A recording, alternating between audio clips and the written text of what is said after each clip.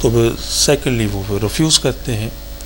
تو میں یہاں پر ایک دو چیزیں عرض کرنا چاہتا ہوں آپ کی خدمت میں. وہ یہ ہے، ایک چیز سمجھنے کے لیے یہ ہے کہ جیسے کہ میں نے پھر عرض کروں گا کہ سیمن انالیسس جس وقت ہم کرواتے ہیں تو سیمن انالیسس کے اندر ہمیں پتہ چلا کہ سپرم نہیں ہے. تو سیمن انالیسس کبھی یہ نہیں بتاتا کہ سپرم کیوں نہیں ہے. اور اسی لیے میں نے گزارش کی ہے کہ ایسے تمام پیشنٹس کو جو سپرم کے حوالے سے کسی بھی مرض کے اندر مبتلا ہیں، ان امراض کی تفصیل انشاءاللہ اس کے بعد میں آپ کو دیتا ہوں کہ کون کون سے امراض ہیں جن امراض کی وجہ سے سپرم کے ایشوز آتے ہیں. تو پہلے میں یہ بات ذرا مکمل کر دوں کہ اگر سپرم نہیں ہے تو وہ کبھی بھی سیمن انالیسس نہیں بتاتا کہ کیوں نہیں ہے. تو اس لیے ایسے تمام پیشنٹس کو چاہیے کہ وہ اپنا فوری طور پر الٹرا ساؤنڈ کروائیں. 95% جو پیشنٹس ہیں سنگل ایک ٹیسٹ سے اپنا ان کا یہ مرض فائنل ہو جاتا ہے. 5% کو فردر دوسرے ٹیسٹ کی ضرورت پڑتی ہے اور ریئر کیسز ہوتے ہیں. تو اب یہاں پر ایک چیز عرض کرتا چلوں کہ جس وقت ہم ٹیسٹ کرواتے ہیں تو ٹیسٹ میں سم ٹائم یہ آتا ہے، ایک رپورٹ لکھی جاتی ہے. یہ تھوڑا سا وضاحت کر دوں. اب اس چیز کی وضاحت آنے سے پہلے میں یہاں پر ایک چیز آپ کو سمجھاتا چاہتا ہوں. وہ یہ ہے کہ اگر ہم اسکول کالج میں ہم نے پڑھا ہوگا بٹر فلائی کے حوالے سے، تتلی کے حوالے سے، اس کی پیدائش کے حوالے سے کہ اس کی 4 سٹیجز ہوتی ہے. تو یہ اگزامپل اس لیے دے رہا ہوں کہ آپ کو سپرم کے پروڈکشن کے حوالے سے ذرا آسانی ہو جائے گی سمجھنے کے لیے کہ اس کے پروڈکشن کے حصے ہوتے ہیں کہ سب سے پہلے تو ایگز ہے، پھر اس کے بعد وہ ایگز پوپا کے اندر کنورٹ ہوتا ہے، پھر لاروے کے اندر وہ کنورٹ ہوتا ہے، اور اس کے بعد پھر مکمل وہ بٹر فلائی یا تتلی بنتی ہے. اسی طریقے سے سپرم کی 4 سٹیجز ہیں. جن حضرات نے ٹیسٹیکل بائیوپسی ٹیسٹ کروائی ہے ان چیزوں سے بخوبی واقف ہوں گے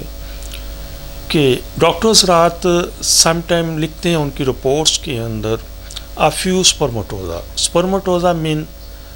نارمل سپرم. یہ آپ کو شیپ اس کی نظر آ رہی ہوگی جیسے میں ماؤس کر رہا ہوں. یہ مکمل سپرم اس کو یہ اس کے حصے بتائے گئے ہیں، لیکن مکمل ایک جراثیم کو یا سپرم کو ہم میڈیکل لینگویج میں ہم کہتے ہیں سپرمٹوزا. تو بعض پیشنٹ کے اندر یہ ہوتا ہے کہ وہ لکھ دیتا ہے جی اپنا افیو سپرمٹوزا یا چند ایک سپرمٹوزا یا سپرم حالت میں موجود ہے. بعض کیسز میں ہمیں یہ دیکھنے میں آتا ہے کہ سپرمٹوزا تو نہیں ہوتے، سپرماٹائٹ موجود ہوتے ہیں، یا اس سے پہلے 2 اس کی میچور ان میچور سپرماٹوسل کی ایک پہلی سٹیج ہے، اس کے بعد پھر سیکنڈ اس کی پختہ سٹیج ہوتی ہے، اور جہاں سے یہ سٹارٹنگ ہوتی ہے یہ اس کی پہلی سٹیج اس کو ہم کہتے ہیں سپرماٹوگونیا. تو یہ ساری وضاحت کرنے کا مقصد یہ ہے کہ شکر الحمدللہ ہماری طب میں ایسی میڈیسن موجود ہیں کہ اگر کسی پیشنٹ کو صرف اور صرف سپرماٹوگونیا پروڈیوس ہو رہے ہیں اور وہ اگلی سٹیج میں کنورٹ نہیں ہو رہا تو ایسی میڈیسن ہیں کہ یہ اگلی سٹیج میں کنورٹ ہو جائیں گے. ٹھیک ہے، اس کے بعد اگلی سٹیج میں پھر دین اگلی سٹیج میں اور پھر یہ نارمل سپرماٹوزا. بعض پیشنٹس کے اندر یہ سپرماٹوسل کی پہلی سٹیج پروڈیوس ہو رہی ہوتی ہے یا میچور سیکنڈ سٹیج پروڈیوس ہو رہی ہوتی ہے یا سپرماٹائٹ. تو اوورآل کہنے کا ساری بات کرنے کا مقصد یہ ہے کہ قطعی طور پر آپ پریشان نہ ہوں. ہماری طب میں شکر الحمدللہ بالکل ان چیزوں کا علاج موجود ہے اور ہم اتنے عرصے سے کرتے آ رہے ہیں. آپ بالکل مطمئن ہو کر تسلی کر کے ہم سے رابطہ کر سکتے ہیں کہ اگر ان کی بائیوپسی کی رپورٹ کے اندر پہلی سٹیج موجود ہے، سیکنڈ سٹیج موجود ہے یا تھرڈ سٹیج موجود ہے یا فورتھ اینڈ فائنل سٹیج موجود ہے اور آگے وہ سپرماٹوزا کے اندر کنورٹ نہیں ہو رہا، تو ان تمام امراض کا علاج موجود ہے. اور میں پھر واپس اپنے اس پوائنٹ کی طرف آؤں گا کہ اگر پہلی چیز پروڈیوس ہو رہی ہے دوسری پروڈیوس نہیں ہو رہی تو اٹ مین کوئی نہ کوئی اندر ایشوز ہیں. ہمیں ان ایشوز کو دیکھنا ہوگا کہ کس وجہ سے ایسے ہے. انشاءاللہ یہ بات مکمل کر کے میں اس ایشوز کی طرف بھی آتا ہوں. تو کہنے کا مقصد صرف یہ ہے اس چیز کو سمجھیے کہ گھر نہیں بیٹھیں،